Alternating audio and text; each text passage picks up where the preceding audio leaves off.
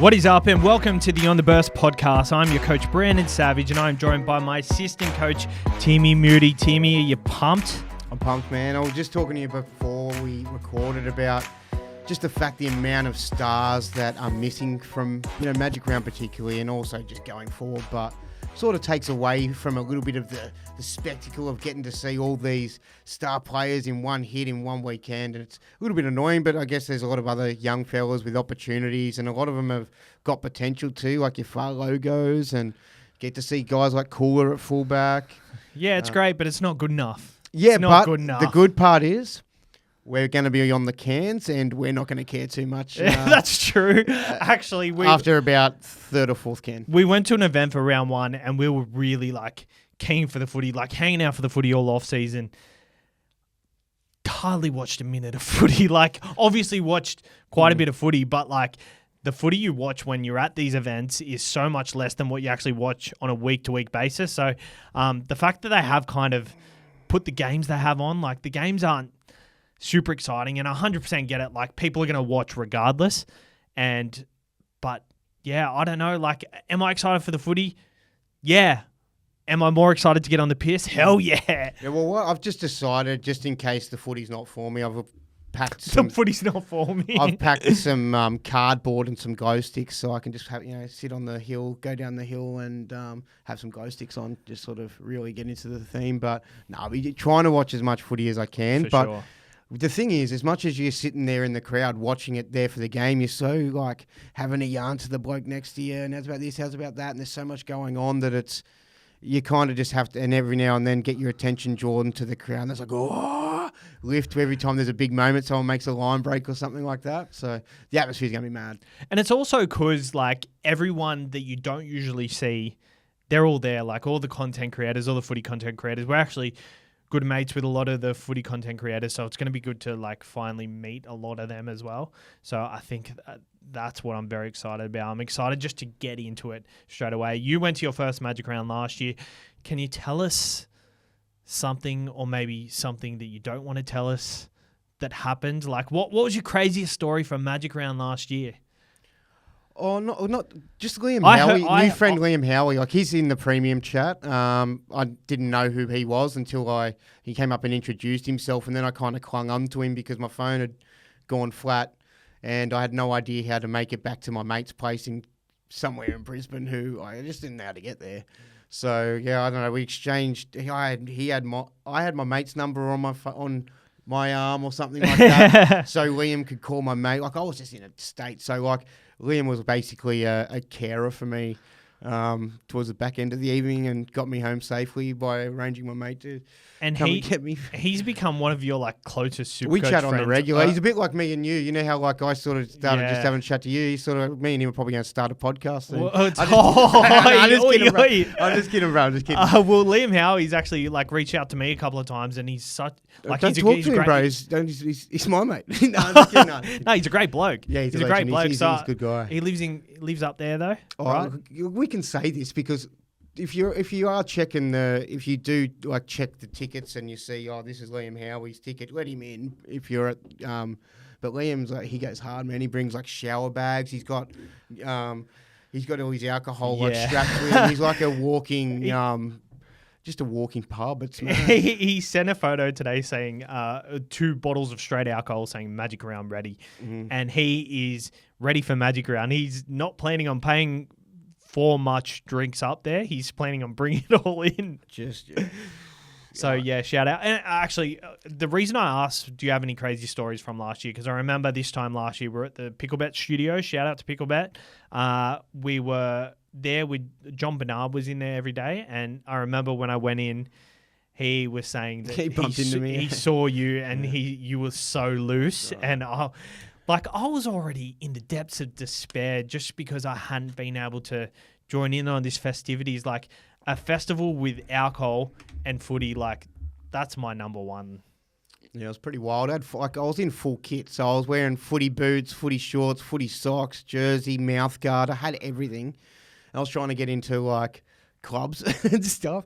You can't get in with these shoes, mate. And I'd even put rubber soles on the bottom of it, so I thought I'd outsmart the doorman, but they just went over to buy it. But yeah, it was good times. He got us into the Caxton at least. That actually happened to me once. So there was this one time I was going to, it was the Establishment in Sydney, and I was wearing like Vans, and the original Vans have like white strips through them.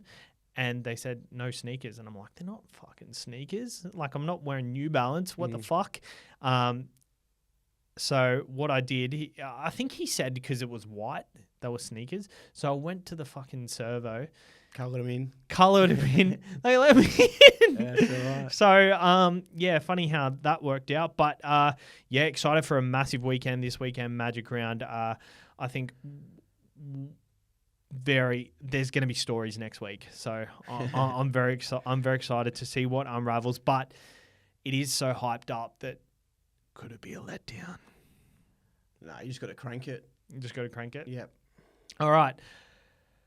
Firstly, the footy. The footy is why we're going to be up at Magic Round. Magic Round is a massive weekend, but we've got to touch on the injuries. There's a massive injury list. AJ Brimson, Tommy Turbo, Nathan Cleary. The list goes on and on. A lot of hamstring injuries over the weekend as well. Kieran Foran's out as well. Like the Titans are sporting two hookers in their halves role. One, what do you think this does to the game? And two, how do you think it affects Origin? What do I think it does to the game in general? Or what like the amount of injuries and soft tissue, to be exact, like the hamstring injuries is ridiculous. Like Pappy's out of the game already. Well, it's certainly getting people talking because, you know, I think some other people have identified that there's always been this amount of injuries. It's just the fact that it's happening to the Stars this year, more so, that we're noticing it. You know, if it was a few of the, you know, fringe wingers and a, you know, second row here, you can plug all these sort of guys because it's like a lot of the gun fullbacks, the gun halfbacks, 5'8", key positions like that, particularly. I think we're feeling it even more, but I don't know how, like, I'm not an expert on how to fix all that, but I reckon, I've heard people throwing up potential extra benches, but the only thing I'm thinking is, like, say you've got your 18th man there, maybe they could just be a little bit more flexible with that rule, and it doesn't have, I'm not sure exactly what it is, but I think players need to get sent off from the other side, and your player needs to get injured. Is that the rule? I'm not sure what it is to activate the 18th man. I know that it's got something to do with HIAs, I think particularly, but I think it's got something to do with... I'm pretty sure after this, if a player goes off for a HIA and a player is put on report or Simbin, because it's deemed foul play. Yeah. I think you can activate the 18th man. I reckon maybe they just need to, like, I know it's always pool, like where people can fake an injury to then get... You could have your coach go, all right, you just pretend to get injured with 10 minutes to go so we can get a fit body on and use our 18th reserve, 18th man, our 5th reserve. You know what I mean? That's a bit manipulating it and stuff, but I don't know. Maybe there's a way to bring that 18th man more into the game when massive injuries. I don't know how you stop these big injuries happening. I think they're just going to always happen. Yeah. I don't want to slow the game down. If slowing the game down... Is it? I don't know. I've got to be honest. I think it is an overreaction, and I get because it's all these big players that are going down, which is why it's so concerning. Like, we don't want to see all these players go down, but I think they're adapting with the game, and they will get better eventually. It is concerning that these good players, they're the most diligent with their recovery and all that sort of stuff, but I just don't want to see the game change. I think they're trying to find reasons to change the game way too much when it doesn't need to happen. The game's in the best spot it's ever been in. And like on the weekend, this is another topic we're going to talk about, the Harry Grant Simbin and the refereeing. They're cracking down on things that just don't matter. And they're trying to prevent... No, but I think this one does matter because like they've had a couple of big injuries to this. Like they've had the Lockie Ilias, I think, broke his leg potentially with in Queensland Cup or New South Wales Cup, whichever one he was playing in, and then you had from the Panthers, what's his face? Schneider, yeah, he got pretty heavy, and it was a big contact, and so I think these heavy ones. It's kind of like where do you draw the line? And I heard 360 and Cooper Cronk and stuff talking on it and stuff like that. like I don't know. I think kind of maybe you do need black and white. Like, 'cause if you if you go, oh, that wasn't hard, and then the next one's a little bit harder, and then, like, where do you go? Like, how do you discretion? It's I get that, and I get cracking down hard on it gets it out of the game as much as they can to avoid these type of injuries. But like, let's have a look at the trip, for example. Like James Tedesco, Isaiah Papali'i, the last 2 weeks have done trips. James Tedesco wasn't even penalised at the time. I think there was more trips. There was a couple of trips, and they've all been just penalties, no sin bins or anything. Angus might have been one of them. Yeah, Angus was one, yes. Yeah. But the thing that frustrates me, they're cracking down on attacking the legs and stuff, which is fair enough. Yeah. But if you're tripping, you're putting yourself in a bad position. Like, that's exactly the same position, just the other person is carrying the ball. So if they're worried about people having leg injuries, when does the onus go on to the player? And I get they're not really cracking down on the trips. Yeah. But like, when does it come down to the player's kind of accountability? Like, if someone's kicking and putting themselves in a bad enough position, why is it so black and white? Why can't it be like, I don't know. If you're kicking the ball, though, you can't be thinking about what position. You're just launching the ball. You know what I mean? Yeah. You can't be worried about trying to launch and then protect or... I guess, like, the crusher, for example, I see a lot of players go back into that position. Yeah, that one's crushed. a good example of what you're saying. When's it on the player? I think when you first go into that, I'm like, I don't know where you're going with this. I kind of got myself in a bit of a web because, like, realistically, it kind of makes sense because if they're not sending off the tripping, then that's on that. Like, that's on the player. Yeah, but if they get injured. That's definitely one because the amount of times that players are backing in and doing that. Like this guy's tackle. What do you expect him to do? Run around the complete opposite side of you, so he can then face your front and tackle you towards the try line that you're running. That's ridiculous. And so I think in those ones, if you're running backwards, it's not a free. You have a cop your head into your bloody into your nipple. You know what I mean? But like, that's what I mean. I feel like these knee-jerk reactions to injuries in particular, like. Attacking the legs has only just happened since the Lachlan Ilias incident. The last time we saw someone get injured from attacking the legs that we can remember, it's not something that stands out. James Graham on Adam Reynolds on that Easter Friday clash.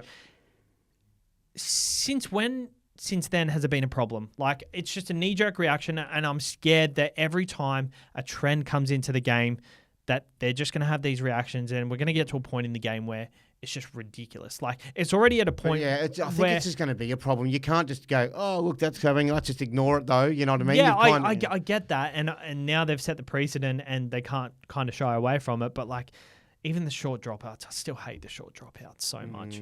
Yeah, I think that is actually wrong. Sucks, doesn't it? It's so messy, and it's like it just allows for another mistake. Like, someone's just kicked the ball dead, which is an error in the game, which you kind of want to see ball in play, and then it allows them to then kick the ball out on the full, which is another error. Yeah, I don't know. I don't like it. It's ridiculous. And like I called pre-season when I think it was on our little show here. I said that I think the effect will be that less people will try to actually get 6 agains. I think I would like to see a stat on that actually. How many 6 agains they've actually been at this time last year compared to last year. I reckon that it's reduced, and you can see that players are running it more on the last, happy enough to just get tackled and be right there, a B-stick from the try line. Or the alternative is when you run it, you're still keeping the ball in your hands, and a lot of the times the teams are going close to scoring as well, rather than just running it in. And then why kick the ball back if there's a 50% chance he's going to give it back anyway, sort of thing? Yeah, like you've seen hardly any repeat sets, which is... I feel like repeat sets were such a good part of the game of building pressure on sides. But at the same time, like, just all these rule changes I don't like, but still love the game of rugby league. Like, I saw when Harry Grant got sent off on the weekend, a lot of people like, rugby league's dead. Does anyone even like the rugby league anymore? And in chats, and I'm like, I do. It adds to the drama of it. You love the spectacle. You want to just watch some nice, clean footy that's like elite.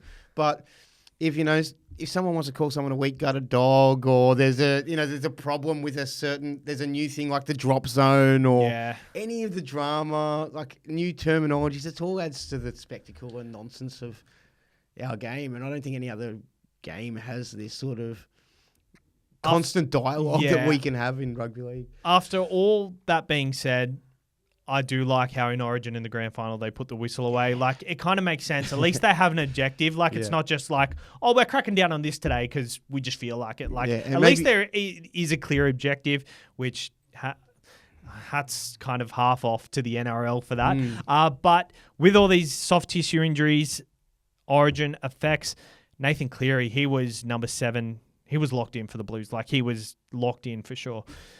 What ripple effects do you feel like this has, and who do you think is a front runner? Yeah, well, I was actually thinking about this today a bit more, and I reckon it could have heaps of ripple effects. Like, the first ripple effect that comes to my mind is just James Tedesco, Edwards. Okay, so I'm thinking there's not the partnership of, the Penrith connection of that, having Edwards and Cleary. Maybe if that was half the little bit extra, if the coach is thinking I'd go with Edwards just for that. That's pushing me over the line, even though Edwards has been really good and all that. If that was the thing that's pushing me over the line, maybe he's now thinking Teddy. With the amount of, Cleary going down, Turbo out of the side, maybe you do want to rely on one. There's going to be a few extra new faces. The trusted face that's been there, done that. He knows it. Yeah, he's been through losses, but he knows how to handle a loss. All these sorts of things. I think it shapes more and more to maybe you need the seniority of Teddy to be like, this is an Origin side. Welcome to the Origin. Like, otherwise, if it's just a complete, it could look a bit like someone on 360 said it last night. I think it was the worst New South Wales. They could, we need Bulldog Richie to go write that up so we can have our turn of 2020 all over again. Yeah. Well, my first thought was Nicho Hynes, Mitch Moses, but thinking more deeply into it, I don't love them as a combo. Because the thing is I feel like Mitch Moses would have partnered Cleary perfectly. I love Mitch Moses as a player, but I feel like the hierarchy is clear there. The hierarchy is clear. Nathan Cleary is a big dog. Moses is just playing alongside him. With Nicho Hynes and Mitch Moses as a pairing, I hate them together because I feel like they're both kind of fighting for that spot next year, and they're going to be kind of like, it's kind of going to be like Sam Walker and Luke Keary, what they've been over the years. Yeah, rather than compliment each other, they want to outdo each other. Yeah, that's it. It's kind of like magnets, 2 negatives or 2 positives, and they just push away from each other. Yeah. That opposite thing that's just like, harmony. That's it. And in my mind, I think we had a little bit of a chat about this yesterday or the day before. The part of me pictures Burton in the side. I'm picking up for Supercoach, hoping he doesn't get picked in the Blues side. But if he's just on, popped up on that left side where he plays week in, week out, and then you pick between Nicho and Moses, I'd be going with probably Nicho just because he's got footy under the belt. Moses been out for quite some time. Nicho's he's doing everything he can. He's like, please give me this jersey. His defense has been so much better this year. Last year, I just remember him. You noticed it too because I'd watch games with you when Nicho was playing. Rushing out and just completely missing tackles. Not even knowing where he kind of was. Yeah. What have I done there? And who are you? But this year, just look at the Sharks. They're on top of the ladder. He couldn't do much more. And I feel like even though it shouldn't have tainted his Origin credentials, Nicho Hynes, I think last year him going into centre for that 7 minutes has, which is so unfortunate. And he's come out and post-game, he was injured, but he went on to interview because I feel like he knew the question was coming. You're putting your name up for Origin. Yvonne Sampson asked, what are your thoughts on it? And he was on the front foot and he was like, I want that jersey. I got 8 minutes last year and I feel like I let the team down. I want to prove myself. I'm ready. If I get picked, it means I'm ready. If I don't, it means I'm not ready and I've got to work more. Yeah, and I like that he was talking more about doing the playing right for the Sharks and all that sort of stuff. That chat wasn't there a bit. Like last year, I kind of think he was just like, here I am. Yeah. He was putting his name up in the conversation in nearly any media opportunity, and he was really demanding it. But I like the way he's just kind of this year. He's like, it's kind of less expectation on him. He's kind of like, pick me and I'll get the job done. If you don't pick me, I understand. I'll work harder to make sure you do yeah. pick me. But anyway, so I think Nicho Hynes has been the best player in the competition over the last 3 years. Even though Mitch Moses, he's done a great job in Origin. I think he will do a job. I think fitness is way more important. And I don't want Mitch Moses going into an Origin side with 1 week unless he absolutely kills it. Then I can make an exception. But I don't think he's done enough to just walk into that side after 1 week of coming into the NRL. I like Nicho Hynes on that side. And I like Matt Burton. I can trust he's going to sit in that pocket and just do what he's doing for the Bulldogs because he's absolutely killing it. And we've seen Matt Burton in Origin take it to Dane Gagai. He was punching on with Dane Gagai. Dane Gagai was the big dog at the time.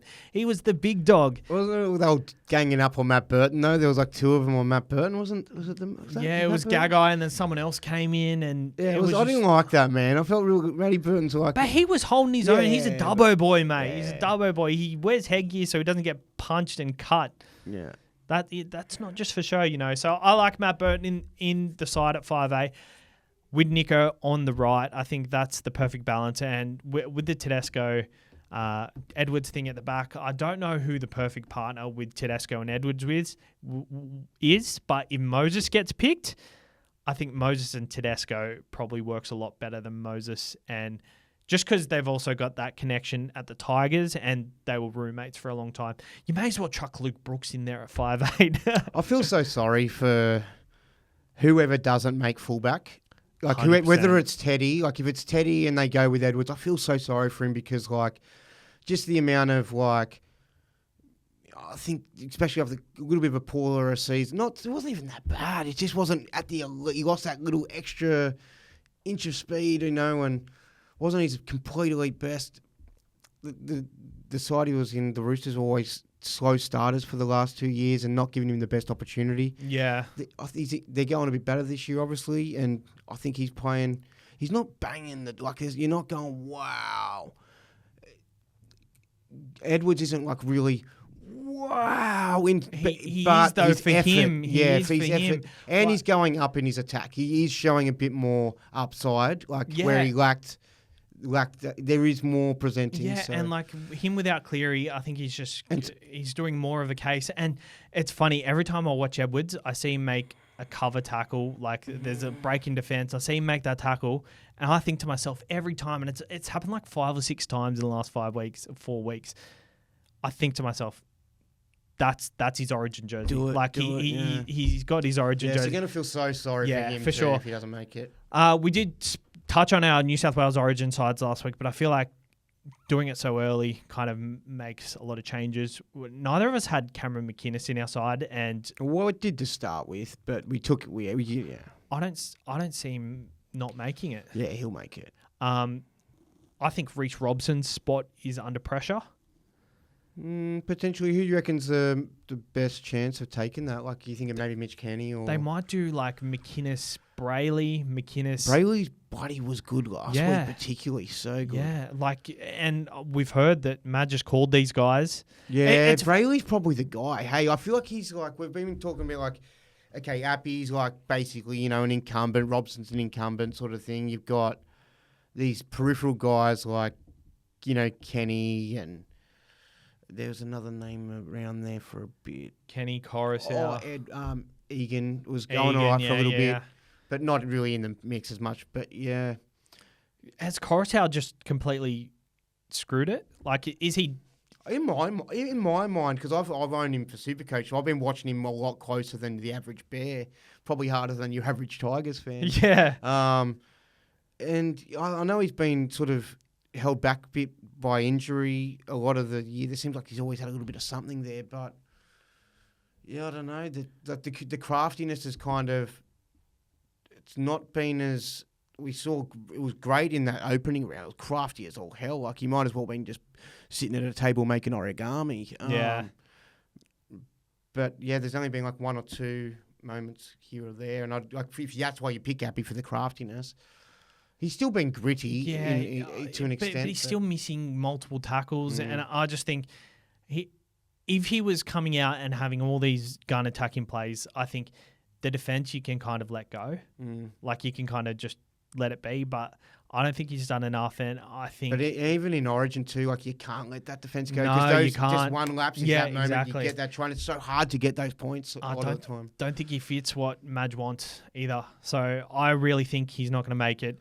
But poor Madge, this is a tough job. This is the hardest job in New South Wales. It's gotten even harder. Yeah. I actually feel sorry for Laurie Daly. I used to as a New South Wales fan, I grew up in the Joey era, us just winning. Laurie Daly comes in, New South Wales going to dynasty. A Queensland going to dynasty, mate. Yeah, sorry. Queensland going to dynasty, and Laurie Daly has a mediocre team to pick from. Yeah. And, what else can he do? Look, he comes on with his Loz's tip on the... Everyone's like, we don't care about your bloody tips, bloody Loz's tips, bloody pick about a blue side. All right. Shout out to Picklebet, our sponsor. Use the code TURBO when signing up. Go to picklebet.com.au, and they have the best multi and exclusive offers available for your rugby league Magic Round coming up this weekend. But make sure to know what you're really gambling with. For free and confidential support, call 1-800-858-858.